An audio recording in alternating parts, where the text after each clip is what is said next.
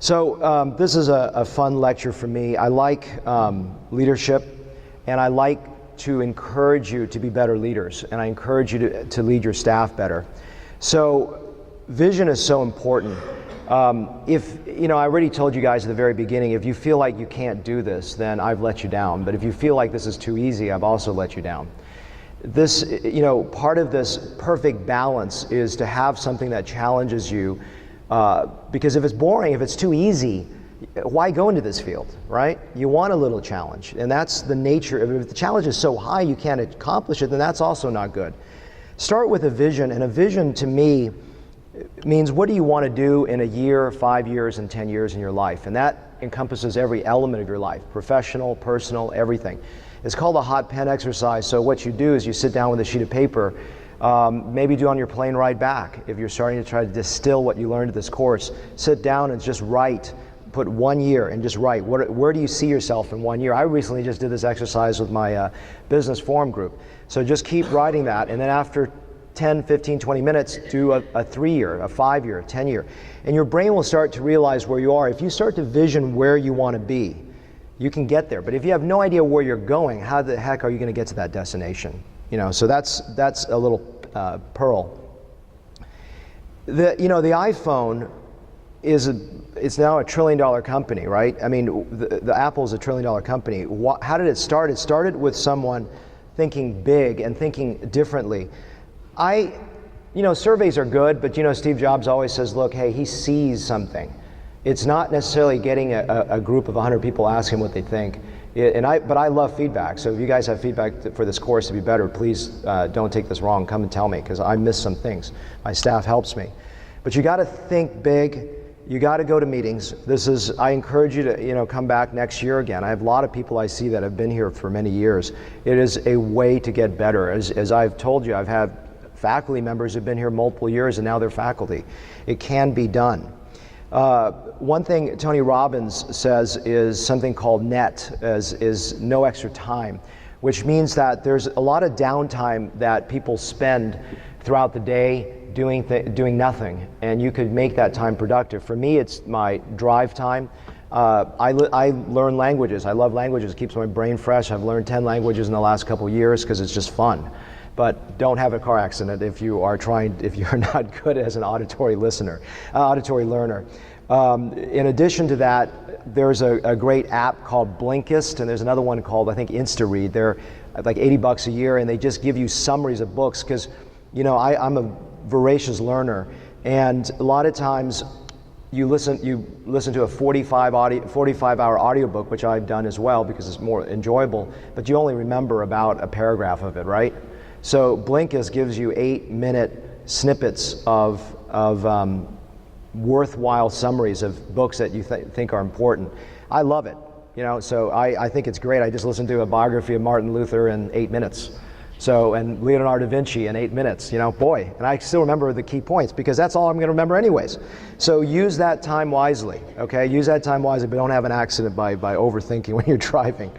I really think it comes down to leadership, not management. It's really the culture you instill. I mean, I think part of it is the people that I have chosen as faculty have the same buy-in that I do. They have the same passion that I do, and that gets imparted to you.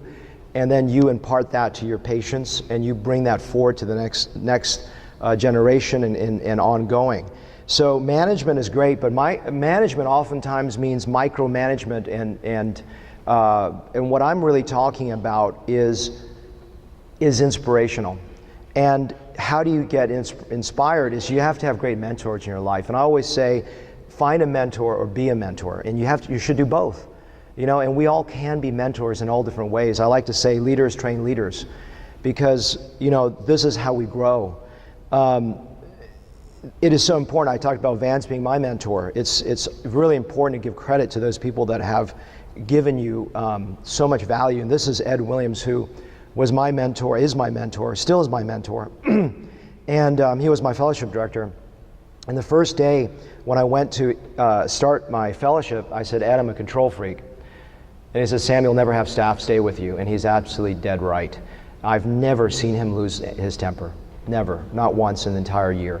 When things were not perfect in the OR or in the staff, he calmed down And I remember his words. He says, if you can't control yourself, you can't control anyone else. So if you guys got temper issues, I had temper issues, okay, in my 20s. Work on it. You can change. I changed, all right? If you have, frustration where you have to take it out on someone, absorb that. Start having some peace with yourself, because you can't have staff stay with you. Your turnover rate is a reflection of you. I'm sorry, it's not a reflection of your staff. It's a reflection of you, because you've picked wrong and you've led wrong, and you have to take the ownership that you have not got the right people on the bus, okay? You cannot blame the people below you. You've got to blame yourself, and that is leadership, all right? So that's very, very important. This is a great book. He's written so many books, but I love the 21 Irrefutable Laws of Leadership. If it's a place to start for your leadership goal. They say people quit people, not companies. They join companies and they quit people. So you need to be able to bring that down. You cannot look at the bottom and say that's where the fault is. The fault always is here. Always is here. I'm sorry. If you don't buy into this, that's fine. Then you don't get the whole lecture. But you need to start here and filter that culture down. It always is top heavy. If you cannot filter that culture down, you have to work on yourself first. And that's a huge thing, is we have to live a life of better passion and integrity. If we don't do that, do you think the staff will do that? The staff know your weaknesses. Don't hide it. I tell you my weaknesses, all right? Because you know it. I'm not going to hide it from you. If you're not honest and empathetic, they say that people don't care how much you know until they know how much you care. And that's true. So in patients are the same thing, right? You can share a bunch of knowledge to them. I can't teach you hair in a weekend, but I can teach you the things you need to know to be safe and how to get better educated in your quest to become hair surgeons, okay? These are a couple good books too. I love reading, I love thinking. There's so many out there. Start with why. Why do you get up in the morning? All right, I have to ask myself that question every morning. When I get up and want to have fun, I love what I do. Not every day is fun. There's going to be some difficult patients. There are going to be some difficult cases. There are going to be some difficult staff issues. Nothing is a bed of roses. But start with why do you love what you're doing? And that's huge. And Drive by Daniel Pink, all his books are great. It's just, what is the motivating factor of your life? And that's huge. Culture is everything. It is the beginning. It is the end. It is what you have to establish in your office. And if it's not there, work on it. It can change. All right? I have changed. I've matured. The Happiness Hypothesis is a great book by Jonathan Haidt, and one of the things he credits or comments on, and his Cheek sent me Hiley's idea of flow. I'm in flow right now. I love this. I don't even know what I'm doing up here. I just love what I'm doing, okay? And I'm not going to give up 3 days of my life to come and talk about nonsense. I come because this is important to me, all right? I don't do things that are not important to me. I reject things that are not important to me, which is the next slide coming up soon. So if you're not happy doing this, if you think hair, if I've not stimulated your brain cells, and I love what Ed Williams has said. He says you cannot motivate people, you can only inspire them, because you have the motivation within you. If you don't have it within you, I'm certainly not going to give it to you in 3 days. So I want to inspire you. And flow is that balance of passion and challenge, because you can have a lot of passion. If there's zero challenge, then you can't have not that much passion. But if the challenge is that high and the passion is here, you can't reach that challenge, it's going to also be problematic, all right?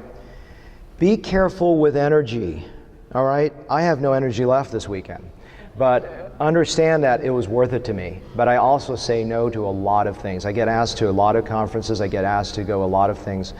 And over the years, I've realized my personal life is actually more important. And one of my colleagues, a great colleague of mine, I was sitting next to his wife, and his wife said, blank and I have not been to a vacation in 30 years. I said, what? No, we just go to meetings. I'm like, well, okay, that's it for me.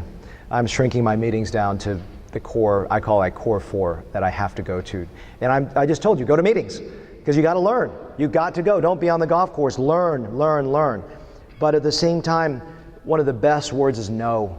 I can't do that. I'm sorry I can't go to this meeting. I'm sorry I can't write that book. I'm sorry I can't make this thing. Make sure that you have time for your family. It's so important, okay? Jim Collins, a business leader, talks about, or business author talks about, it is not what you take off the table, is what you leave on it, all right? So don't just judge yourself by taking everything that you can grab. And also there's this idea of the stepchild mentality, which means if hair is a stepchild to what you do, you'll never build, all right? You have to have the same commensurate level of passion.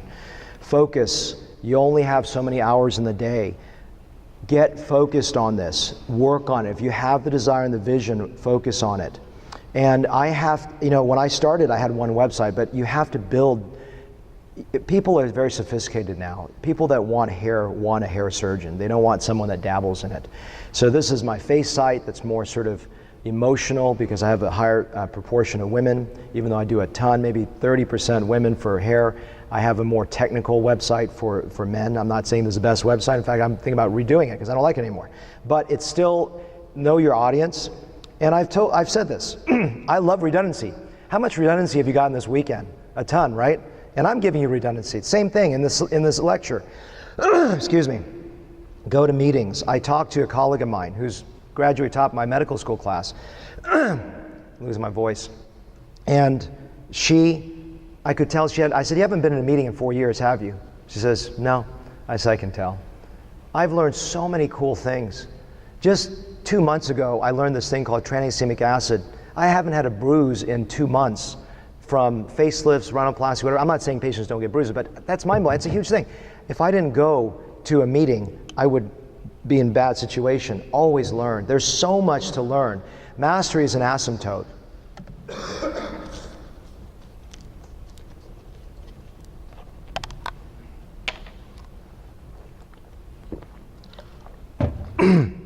Know your unique selling proposition. What makes you different? If you don't know what makes you different, nor will your patient. Things like, I talk about giving level 2 anesthesia, customized care, doing 1 surgery a day, having a great team, ethnic cases, female, whatever it is. Think about those comments, which are so important. Permission marketing, great book. I'm not going to go through this. I'm running out of time here. But work. It is not a bed of flowers, okay? You got to put the work in. I'm sorry. If you love it, it's not going to be work. As Steve Jobs said, if it's too hard to do what we do at Apple.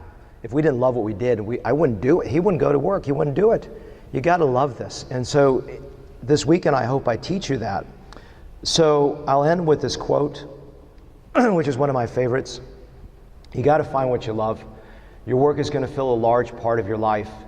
And the only way to be truly satisfied is to do what you believe is great work. And the only way to do great work is to love what you do. If you haven't found it yet, keep looking. Don't settle. Steve Jobs. Thank you.